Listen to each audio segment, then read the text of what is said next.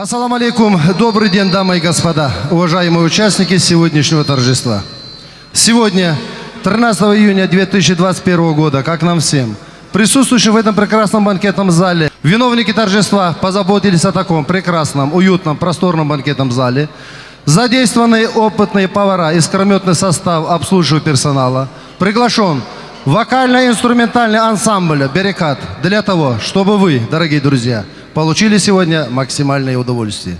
Ешьте, пейте, наслаждайтесь музыкой, веселитесь, танцуйте, ведь танцы – это движение, а движение – это жизнь.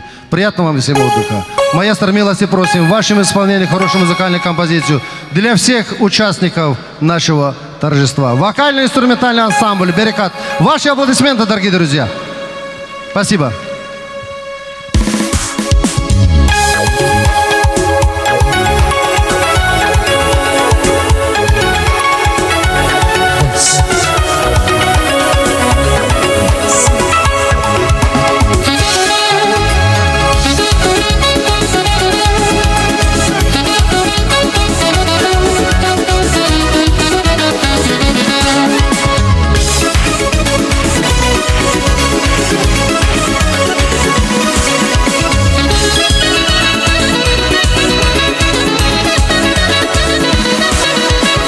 Dağden çoral xizil güler, bilbilri şadıyız güler.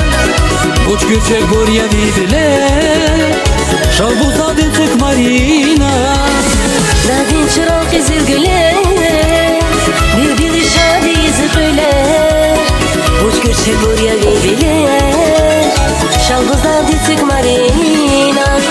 Dağden çık marina, bilbillik marina. Güneş adayana, geçir marina. Dağden çık marina, bilbillik marina. Güneşat ayağına, geçir marina.